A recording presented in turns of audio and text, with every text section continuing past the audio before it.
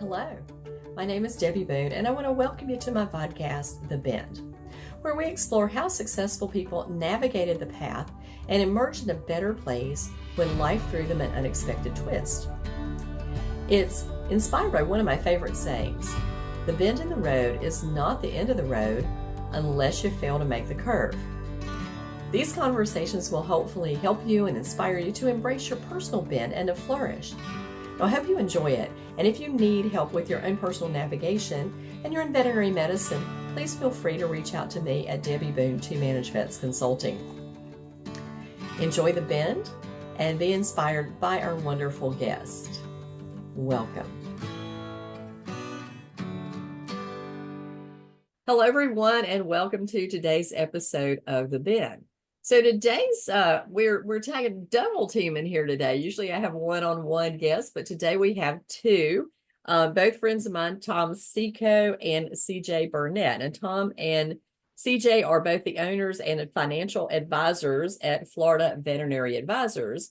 And they work with veterinarians and practice owners across the United States, helping them with the next step in their financial plan. Now, as we all know, veterinarians tend to not be immersed in business, at least most of them aren't. So they're really out to help the veterinary community understand the psychology, the behaviors, and the habits around financial success and financial education. And I feel like that's something that's absolutely missing in the school systems. And, when I was young, we had to have home ec and we had to learn how to balance your household budget and balance your checkbook. And I don't think they teach stuff like that anymore.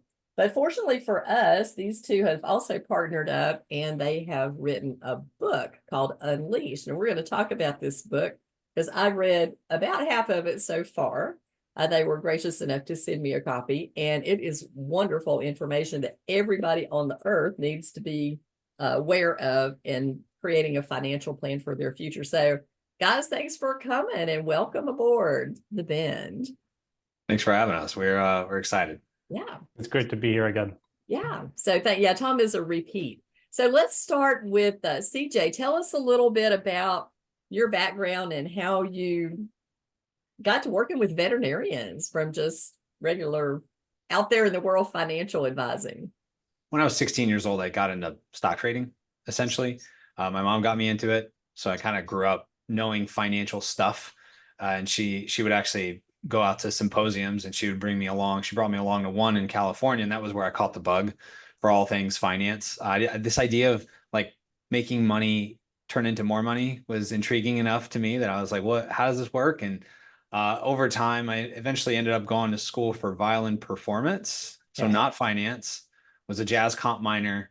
A couple of years into that, a lot of my friends who were successful were still, the industry's hard. The industry's hard. So I was like, you know what else would I do? Oh, well, maybe finance, switch my major to finance, graduated with a degree, started working. And I literally started my practice the day after I graduated. And then essentially what happened was Tom ended up being in the industry at the exact same time.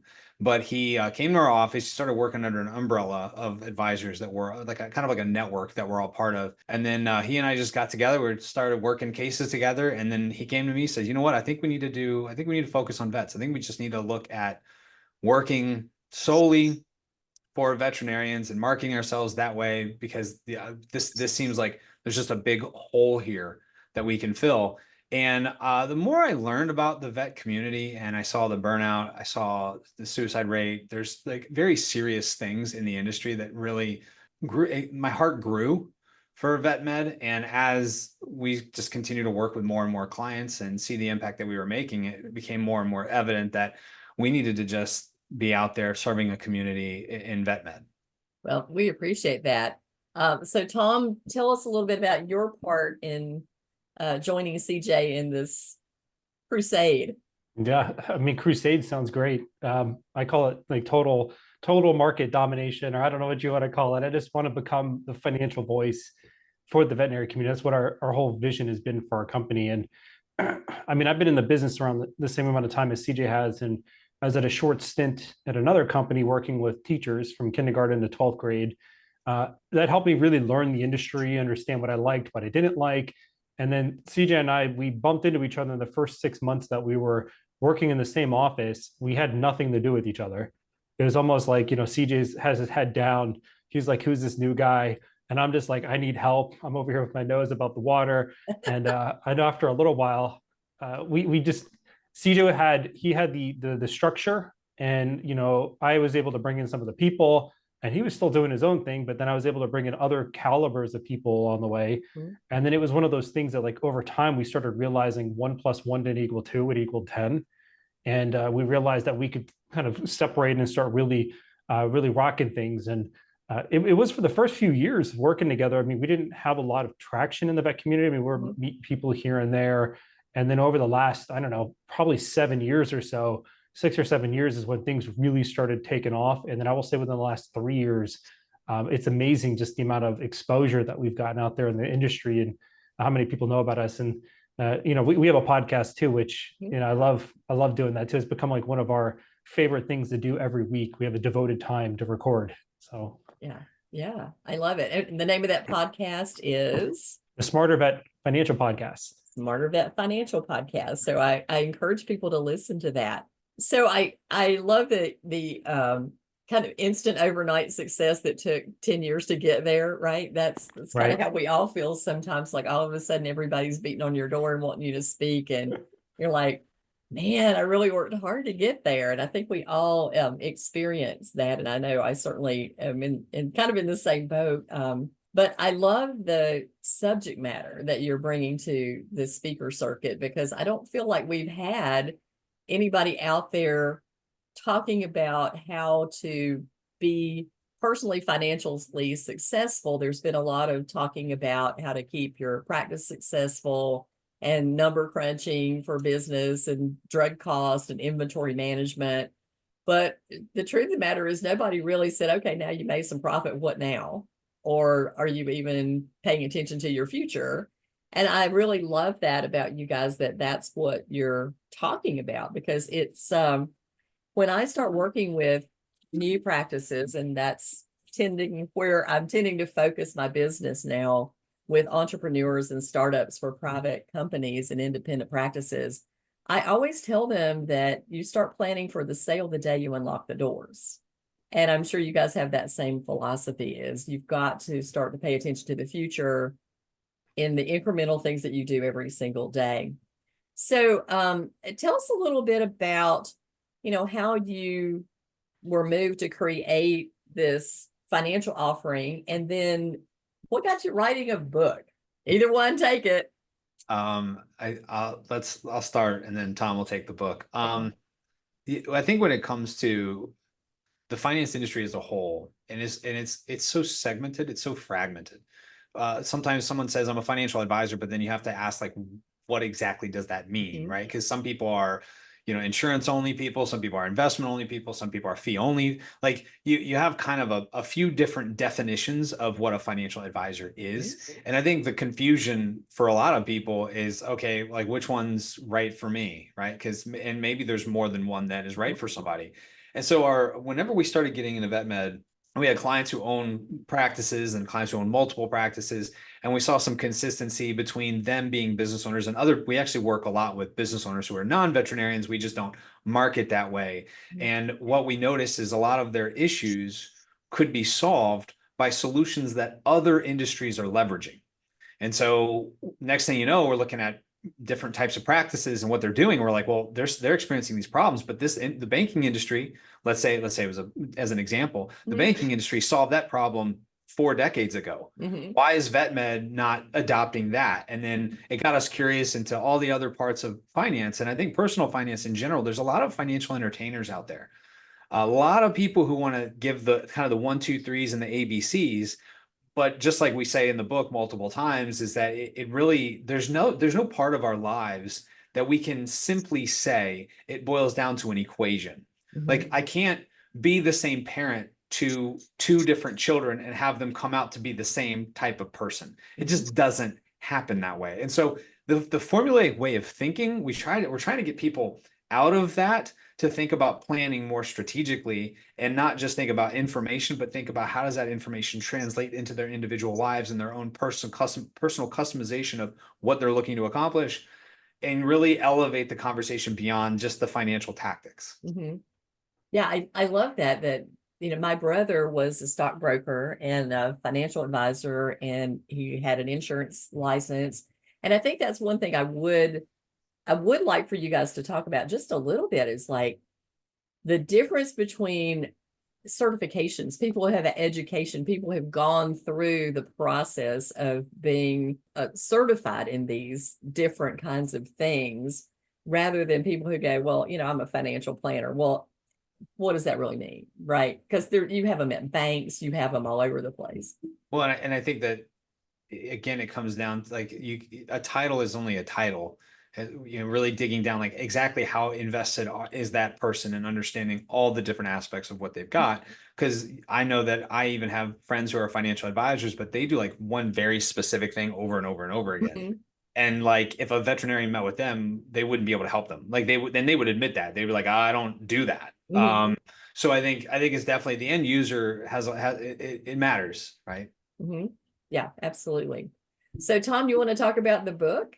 Well, I wanted to add on something to the end of that too. It's just, a lot of people that are looking for advice, I find it very fascinating that it's, our industry has done a very good job of, or just society as a whole, of, we all sound like the same on the surface, but then when it really comes down to like, how are they assisting along the way to plan, and in a way to where it's not just, I'm being just sold a product, or I'm just getting shoved into doing something. I've heard countless times over time where veterinary students are coming out of school and they're like, I have an advisor. And I asked them, well, what are they doing for you? And the extent is, well, they sold me disability insurance and I haven't talked to them in like 3 years.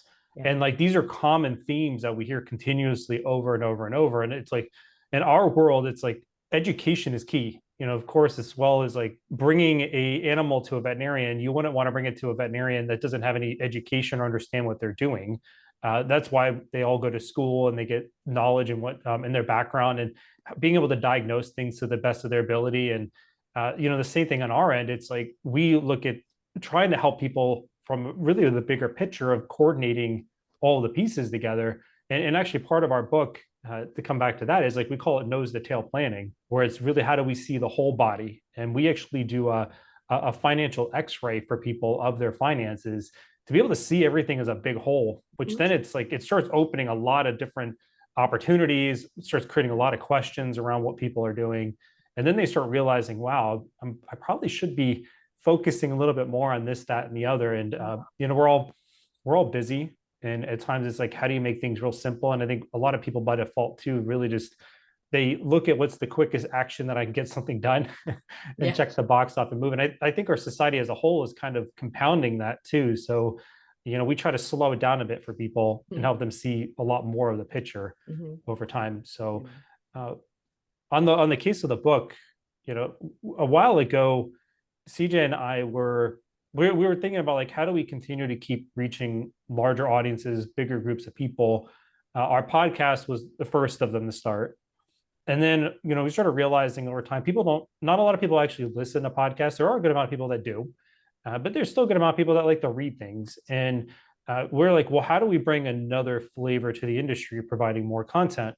And I think about maybe 3 years ago, it took us a little while to start really getting some momentum behind us. We found someone to help us write as a ghostwriter, and we're like, well, this would be another opportunity to really be able to provide a different way of thinking to the veterinary industry, of like, how do we make financial decisions not based off of maths and equation, but how do we go about it more from the psychology of things? And our book, we broke it into 2 segments, where the first part of it's around personal finance. The other part is around business. So you kind of pick your poison in which direction you want to go. You can kind of skip around if you want. I like the one of the things that I've read so far in the book, and talking about finance, personal finance, is that people tend to live up to their take-home pay. And it really is easy to say, well, I'll just go ahead and buy that because this is X amount of dollars, and I'll save after I've spent everything that I want to spend. And savings is the after thing. But what you guys are advising here in the book is don't ever let it get in your hands. Save it before you see it. And I think that's a brilliant thing. One of the things that used to just really bother me when I was managing practices is I was in a practice that had an old school pension and profit sharing plan. Now, you got to figure this is the 80s, mid 80s. We ended up having to dissolve it because it got too complicated as my practice owner owned more practices. But starting out with that, it was 100% company contribution to people's pension and profit sharing plan. And fortunately, we were a profitable hospital. We ran very well and we made contributions. But then when people would leave, the first thing they would do was cash out that pension plan. And, I can say that money that was put in for me more than 40 years ago when I started, I didn't touch it and it's still working for me all these years later. And it's certainly much more valuable than it would have been if I'd have pulled it out, when I was vested in it 5 years in. What other kind of good tips like that do you want to bring to personal finance? Let's talk about personal finance at the beginning here. Well, I think the first part, we always start in our financial planning process with called reasons for planning, which are like the basic, and here's the funny thing is that half of the things people say, they're saying because they believe they're supposed to say. So they're like, oh, I want to save for retirement. And it's like, yeah, like what else? And oftentimes we get a lot of saving for my kids' education. There's the same stuff that a lot of people say over and over again. But then there's the real stuff. And when I say the real stuff, it's understanding underneath, a couple layers deep of why do they want that? There was a client one time said, I want $20,000 in a checking account. I was like, that sounds very specific to me. Just 20 grand. That's a goal.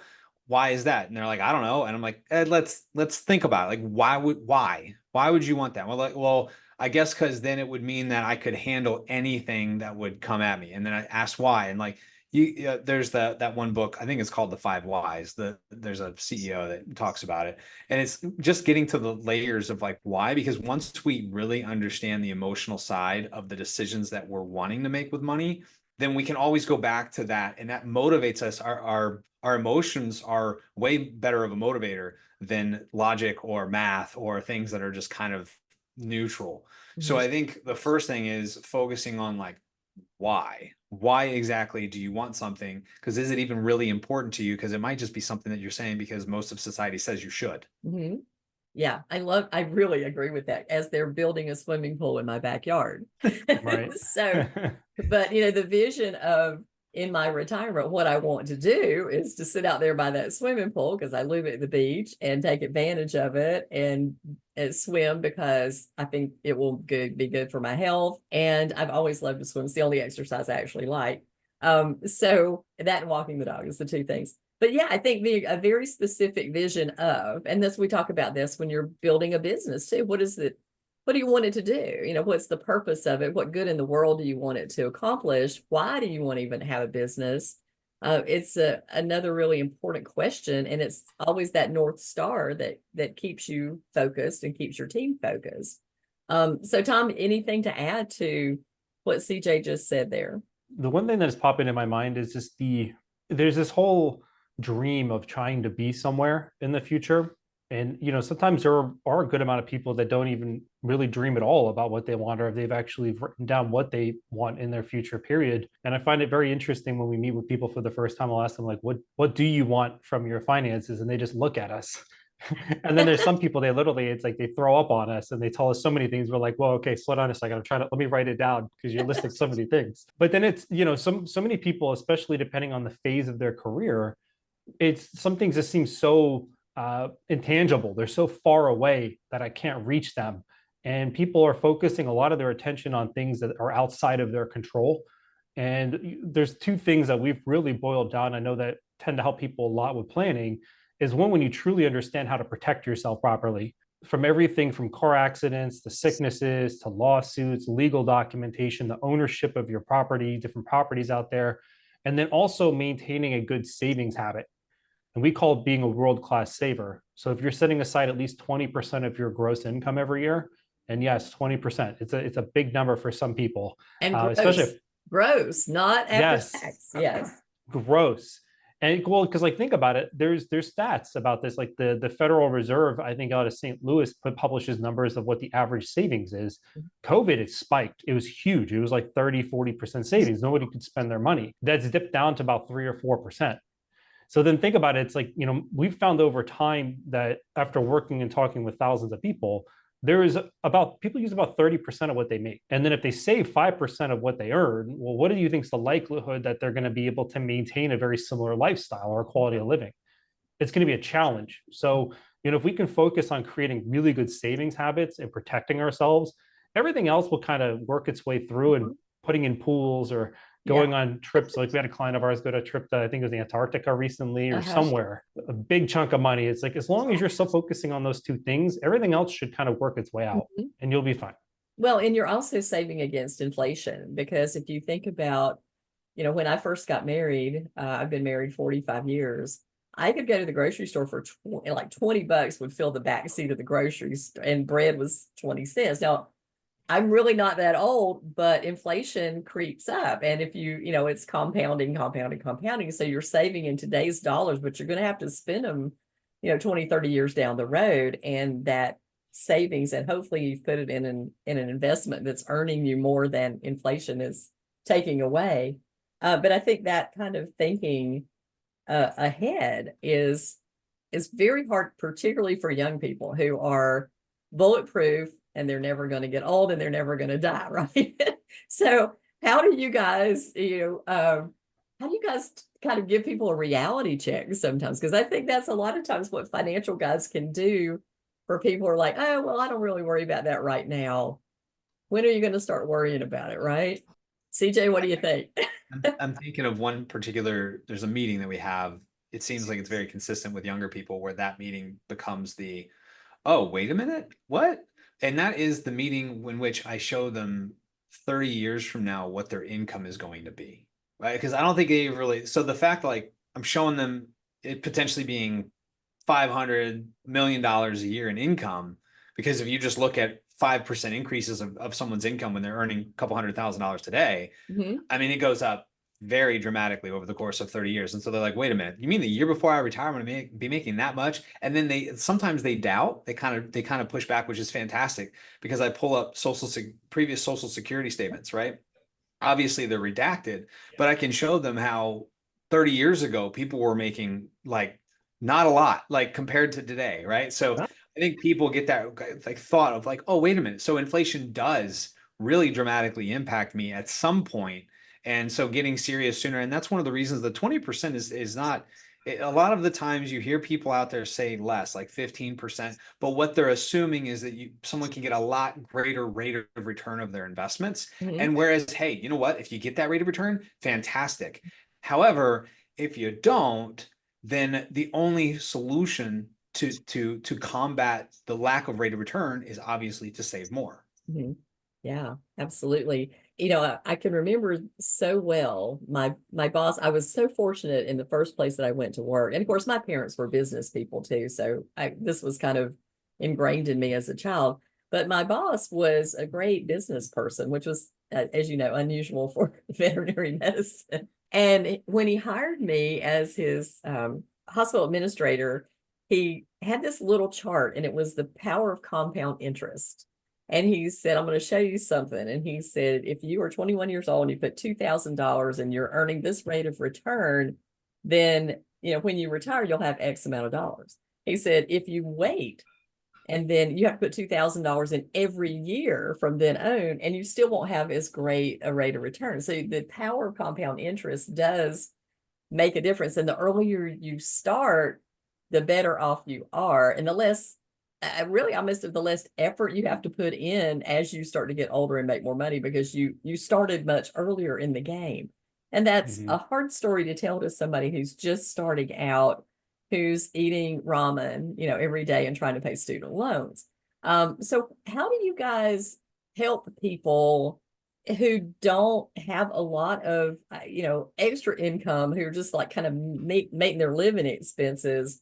How do you kind of help shine some light on how they can save? It's a tough spot to be in, especially if their income is X and the costs are Y. Mhm. there's only so much that you can really do in that circumstance. And one note that I did want to add in here real quick is that anyone who is younger looking at finances, I think there is a certain level of trust that they don't have about things. And I think it's resulting really in the fact that they don't have a lot of background or education around it, because it does seem that the people we do work with who are younger that want to talk about planning, they at least have either have kind of entrenched themselves in something to learn more. They have a little bit better understanding around stuff, or there's been someone that's really been pushing at them hard, saying you really need to go do something about this, and they really trust that person's wisdom and their guidance. So like anyone who is younger in the planning phase of things, is like sometimes they just have to take some time to self-explore and learn and get educated around things, even just like a baseline understanding. So when you go into the conversation, it doesn't seem all too foreign. And on the note of people that are, let's say that you are living paycheck to paycheck, rent, I will tell you today, it's crazy silly how much rent is for people. Even buying a house can be nuts. Like in my neighborhood alone, where if I were to sell my home, people are going to be paying about double of what I'm paying right now for a house because of interest rates and everything. And when you only have so much coming in comparison to what everything else costs, it can be very challenging to do that. So like, without drastically changing things or trying to, eat off a less or whatever the case is, maybe it's these things of just being able to try. Like what I would think is be able to track like how you're being able to support the veterinary hospital, be able to ask for some pay raises more along the way. Maybe you need to try to find some outside opportunities to start working and collect some additional type of income. Maybe it might be a change that you need to go somewhere else and look for another type of position. Be able to support what you're trying to do. If it's you and a spouse that are still running into financial hardship, then that's another question within itself, and there must be something more to talk about internally around that. But I know the average household income, I think today, is around like 80,000, 70,000, I believe it is, which still, even as you can see how things have exponentially have gone up over time, we're in a very interesting environment right now. And I remember just seeing someone else in our office had posted something about groceries a year ago through one of the local grocers, and they did the same order again a year later, and it was over double of what she paid a year ago. And those things are real, and it's very hard to, how do you combat that? The only way, like, you have to earn some more income in somewhere, or you got to figure out how to cut things. And we have people that are even higher income earners that they still struggle too, where it's like the area they want to live in because of the mortgage, or they have kids and they have to worry about daycare, and a lot of other factors, and they're still having a hard time saving and paying off debt. So it's like sometimes like there are things you can look at very hard and say, yeah, I need to change this because maybe my spending habits are a little extreme. And I know you and I, Deb, have had conversation in the past where you'd walk into a vet practice, and then people are like, I have no money, and they're walking in every day with a Starbucks drink, Starbucks, yeah. or they're getting a new tattoo or something like that. Yeah. And sometimes there are life decisions that people make to where it's like maybe you do need to reconsider how often you're doing that to be able to free up some cash flow. Yeah, absolutely. Well, let's talk a little bit about what you guys do for businesses. Right now we watch consolidators and investment bankers come into our profession and buy up practices, and sometimes, as a business person, ridiculous amounts of money, because there was no way that it was going to pencil out on the other side. The whole goal was just to flip them as a group. And then when the interest rates went up, that didn't happen. And now we are seeing kind of some pushback going on. But you guys, I mean, these were veterinarians that got a significant amount of money that they needed to then manage. What kind of advice do you give people who are looking to sell their practice or have had offers on their practice when they're going to have this money and they need to make some planning? They need to have a plan. Does that happen before they make the sale, where there's a strategy? Because I can remember a story that one of our mutual friends told me, who is a banker, a lender, and they made a deal, and this veterinarian got about $14 million for this very large practice. And a year later, they said, what did you ever do with that money? And he went, oh, it's still in my checking account. So, it's like, oh my God, that's a horrible thing. So how do you guys help plan a strategy for something like that? So a lot of it starts with the age of the individual Mhm. and kind of like, because if when someone's going to sell their practice, the first question that I always ask is, what are you retiring to? Not what are you, not this like, how much are you going to get for your business? I mean, we'll get there. But the first thing is, what are you retiring to? You sell this business day one. What are you doing? What are you spending your time on? Mhm. Forget about the money. Like, where's your time going to go? And I think getting people to vision cast what that would look like begins the process of getting them away from being scared of selling, because a lot of the times it is a scary thing. It's the Mhm. largest transaction most veterinarians will ever have Yeah, in their life. absolutely.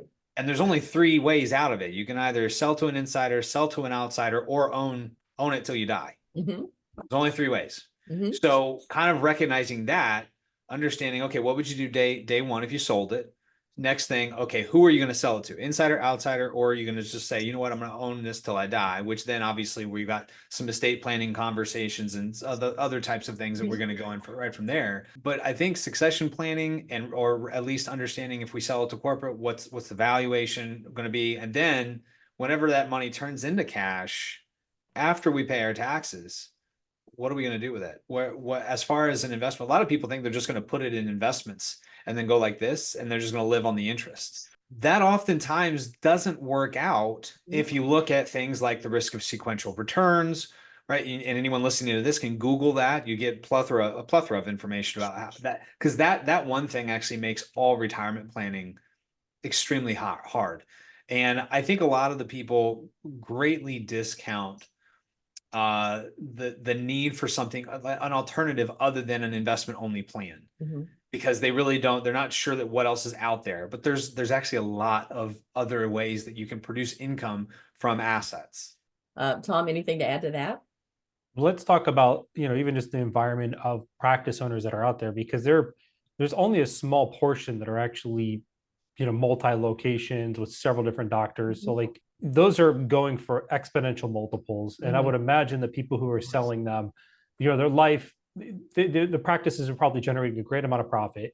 Their lives were probably not eating up all of the profits that it was generating. And there's a good likelihood that their lives are going to be a-okay, no Mhm. matter what they do on the back end of it. But the real reality of it is, for the bulk of the owners that are out there, they're eventually going to sell, and most of them are a practice only retirement plan. We usually call personal planning a 401k only retirement plan, but when you're an owner, it's like, well, my practice is my retirement plan. And what I mean by that is I'm going to sell it, and then that's going to be used to provide income for me when I retire. But then people are in this situation as well. They park the money in their bank account and they're like, I don't know what to do with this. But then also at the same time, they're looking at more of what can they get for their practice versus what is their retirement income plan require. So like if there's a possibility, depending on the phase of their business ownership and career, they could start utilizing their veterinary hospital to start building personal wealth for them. Mhm. Because a lot of practice owners out there do not have a very clear direction of like, how do I actively take money from this business without worrying about taxes, starving it of cash to pay for employees and growth?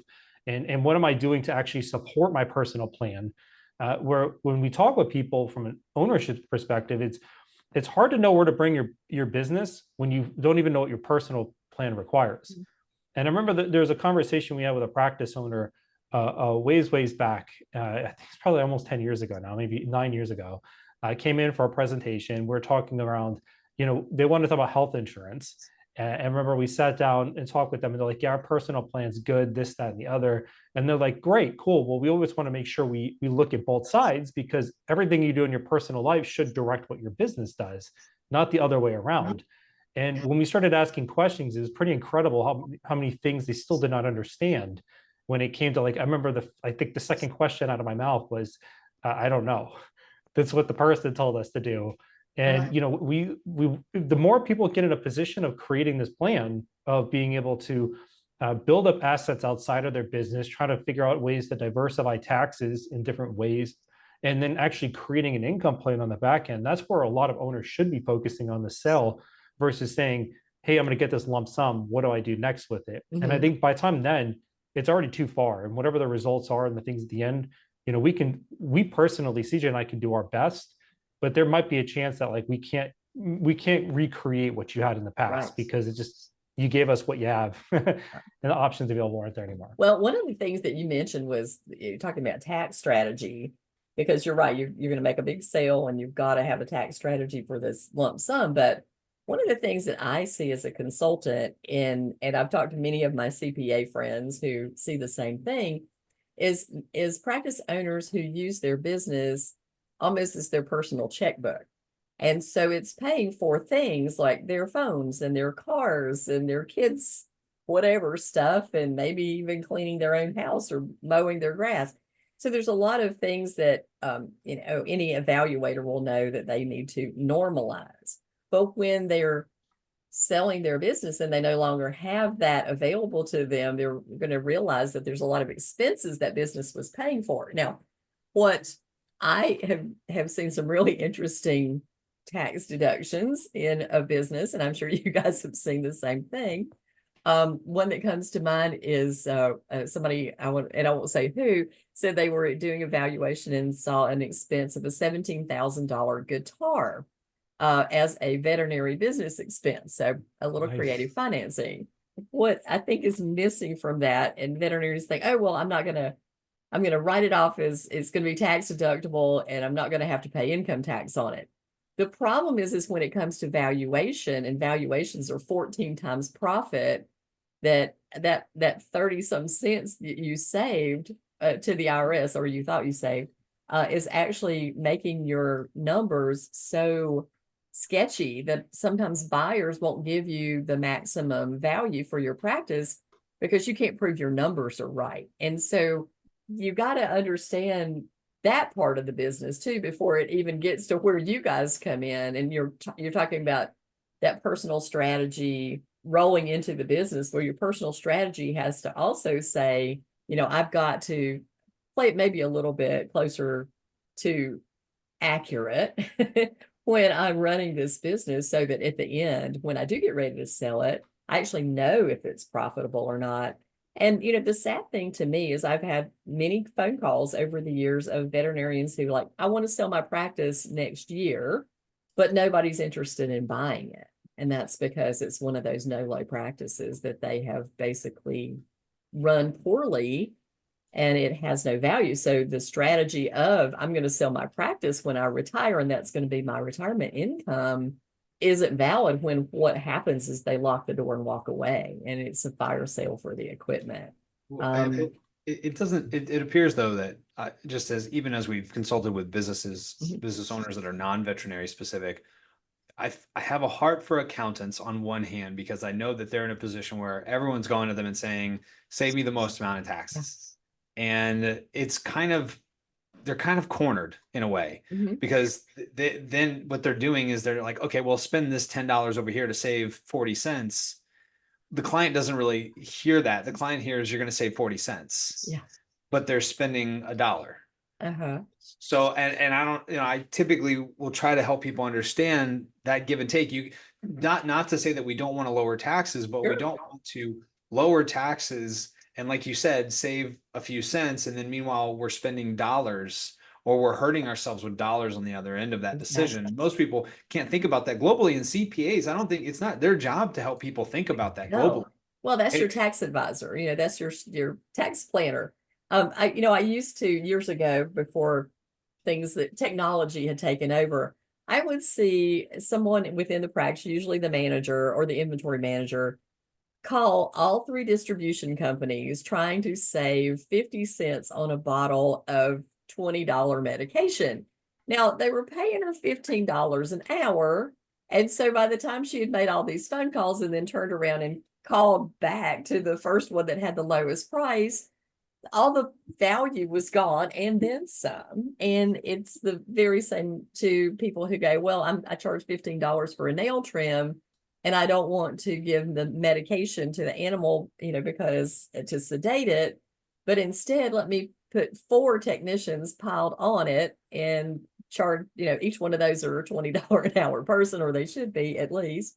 And then that $15 nail trim has now cost me, at least $23 probably between the time you put all the stuff in. So it's the penny wise, pound foolish, Benjamin Franklin don't do that motto that we need to pay attention to. And that's, Absolutely. it's a hard lesson to learn. Yeah. Yeah.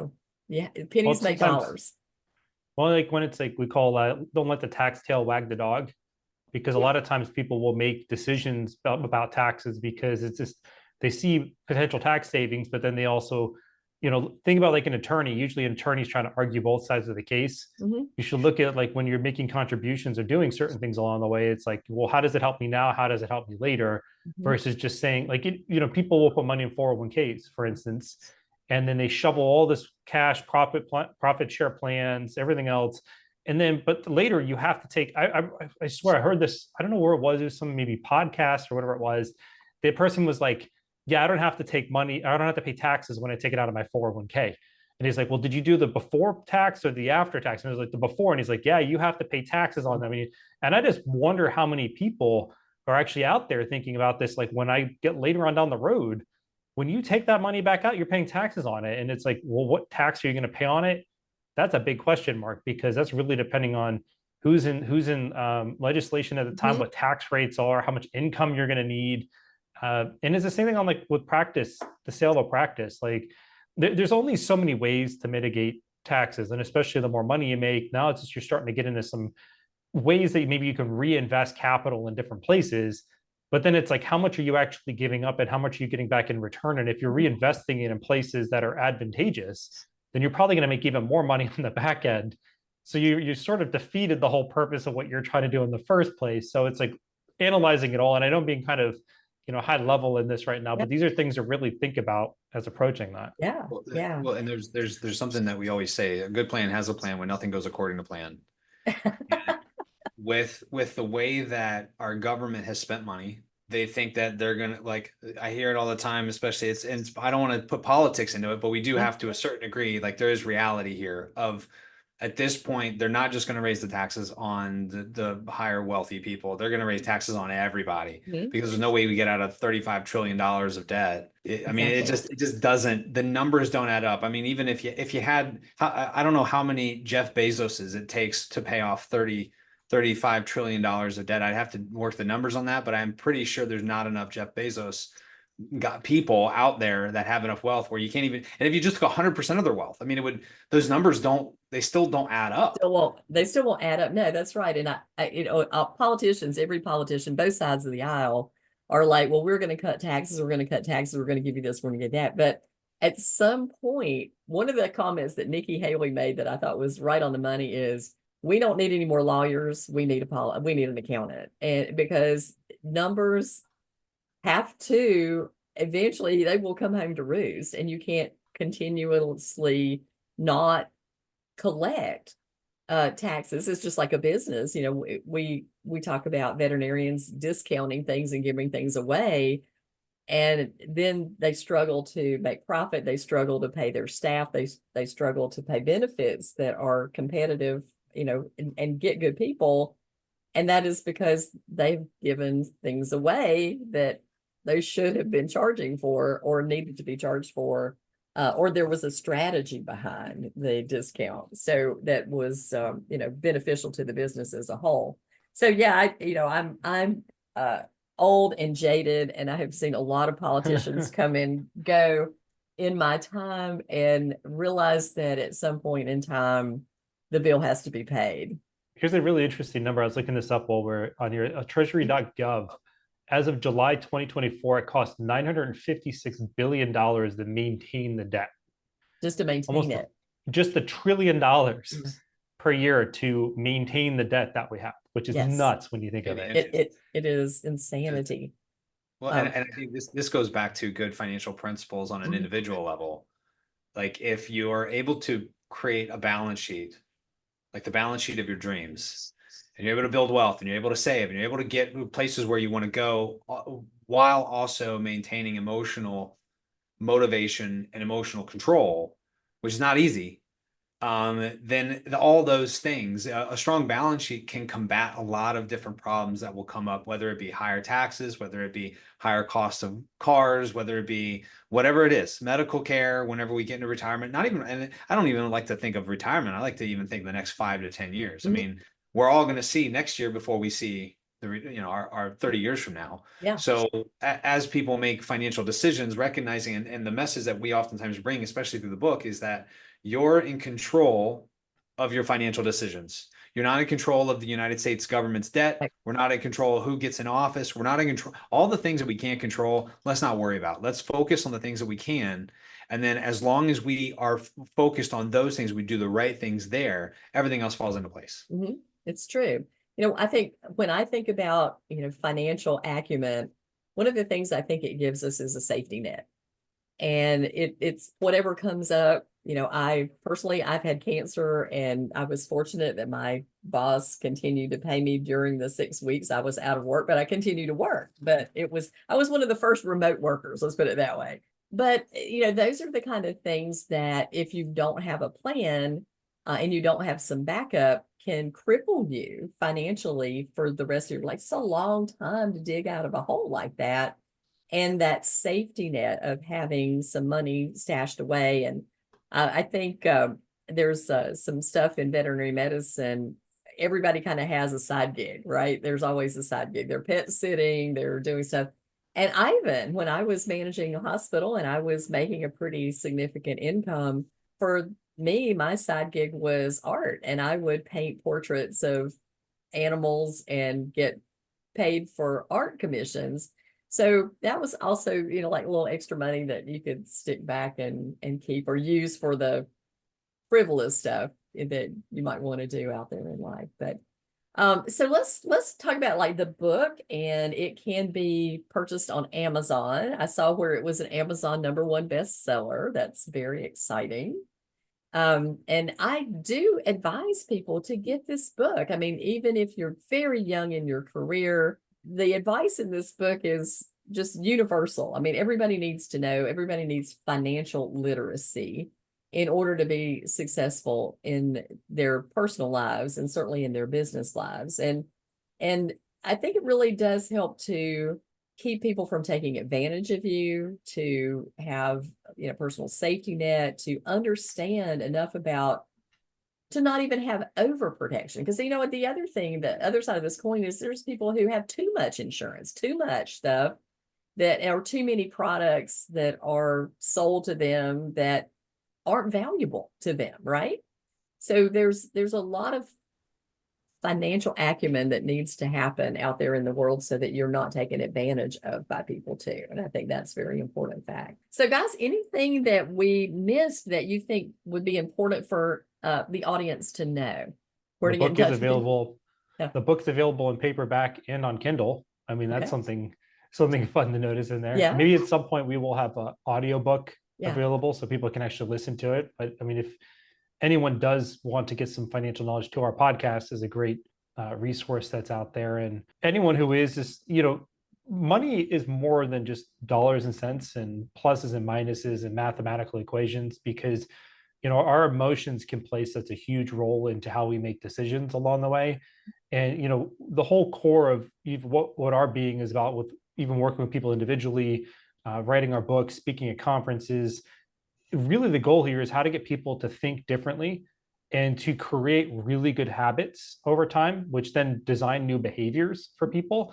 And it's just the more that we can look to focus on the things we can control, less on the stuff we can't control, and doing our best to filter out through a lot of the noise that's out there. I'm guilty of it some days. Like, I will see so much social media and so many things get posted, especially even during the political season with the different candidates and all that. I literally want to puke some days with the amount of information that's out there. There's just too much. And I'm sure people feel the same way about finances. And, the more that we can dial it down to just what habits should I be creating, what one step after another should I be taking, versus looking at this huge animal and trying to figure out how to tackle it. That's the best place to start with anything. And especially if you're right out of your school, you're approaching retirement, going into retirement right now, selling a practice, like there's no better time than the present to start doing that. And sometimes it's just a matter of taking one step at a time. I like to call it, when you're eating a 6-foot sub, you take one bite at a time. You can't eat the whole thing at once. Exactly. Yeah, exactly right. And it's the same thing with, the same with working on your practice and the team culture and building things. It takes a year, honestly, in my experience as a consultant, to implement the changes that you want to make. And otherwise, if you try to go and do too much, it's overwhelming. When I work with new practice owners, when they start, they would just want to go and fix everything, right? They're, let's do it all. And they're like, slow down and don't do anything yet. And they're, but what about this? I went, well, if something is going to die because of, poor medical procedure that's happening, absolutely, we stop that. But you want to take a little bit at a time, take it slow and easy, do, a few simple things, get a few wins, and then continue on as your team builds trust in your skill set. And I feel like it's probably the same with you guys, just teaching people how to win a little bit, and then the next wins become easier and the bigger things become a little bit easier to deal with. Well, and whereas there might be 30 things to do, there's really only one thing that you can do right now that has the highest impact out of all of them. Mhm. So I think constantly prioritizing which of the 33 things that are on the list, like which one is going to make the highest impact to get me to where I want to go right now. And more often than not, you can narrow it down to maybe two. And then even from there, you really could probably narrow it down to one and then just focus on the one thing. And I think the veterinarians are so polite. They're so polite. They're so polite. They'll never ask the question. I can't tell you how many times I've been in a client meeting where I'm like, there's a question. They have a question. They have something that they want to ask me, but they're too scared to ask it. And then they'll ask me a question that sounds really odd. I'm like, there's something like, I'm like, just say it. Just ask me. And sometimes it's a question like, how do you get paid? Yes. Like some people don't even don't even know. Like, okay, you're a financial advisor. Like, how does it even work? But they're scared to ask it. They think that they can find it on Google, and you kind of can, but you kind of can't. You kind of have to ask that flat out. Yeah. And so I think veterinarians, by and large, from what I've noticed, tend to be scared about asking personal financial questions. But I tell you what, if you need anywhere to go to just have a place to start, just study our book. People asked us for books. What books can I get? I was like, I don't know. That's why we were like, let's write one, because now it's the default. Okay, everyone's always asking us for books. What book do you recommend about XYZ? Here. This is the one that we wrote. And so I think if everyone can just, if you're overwhelmed, you don't know where to start, buy the book, go chapter by chapter. Don't have to go too fast. Just go go whatever pace you need to. And obviously we're here if anyone needs us. Yeah. And I will say the book is not, it is not super technical, and it is readable. That's the thing. You can read it and get good information out of it, and it's not going to overwhelm you if you're not considered yourself, financially literate. Then it's a good way to learn. It's sort of a primer at the beginning of it, and then it gets, can get more complicated, but it's just teaching you how to think. And one of the things that you guys do that I love and I am all about is about using your brain. I mean, and understanding your brain, because one of the things you mentioned is the emotion of money. And I used to give a talk about, how to get clients to say yes, because we're not very good salespeople in veterinary medicine either. But if we're not good at it, a lot of times our patients don't get the care that they need because people don't really understand the value of what we're asking them to pay for. Realtors will have their sellers bake bread or cookies or put these very smells, and they take your personal pictures out of your house because they want people to emotionally visualize living in that house. And the emotion behind it is very important to make people visualize the sale. So emotional buying is a really important aspect that people need to understand, that they can control, and that just because something that they feel like, oh, let me buy this Gucci handbag because this $2,000 handbag is going to make me feel important, but it's going to put you in debt for 5 years, at a ridiculous interest rate of 20% from some retail shop. Then, what is the value to me really? Is it just a temporary rush from buying something, or, long-term, does it matter? So we learn to self-talk. And I think that's one of the guys that you really stress in this book, and into, I'm sure you help with your clients too, is what's the story you're telling yourself about the things and how important those things are. Talk briefly about how people can get in touch with you, and, what's the easiest way. The website, the book is on Amazon. The website is... Yeah, the website is flvetadvisors.com. So they go Florida Veterinary Advisors, flvetadvisors.com. There's a contact us button. They can click on that, reach out to us. Someone from our team will get back with them within 48 hours. We get a lot of activity from our website, so that those emails are constantly being monitored. That's the best way to get in contact with us. And then there's a phone number that's available on our website as well if you really want to call or text us. Okay. And When are you guys speaking next? What's your next out there in the world talk? am I coming through okay? I got a little choppy over here. Yeah, you're fine here. Our next talk, actually, we will be doing a bunch of workshops for a veterinary management group, VMG, in September.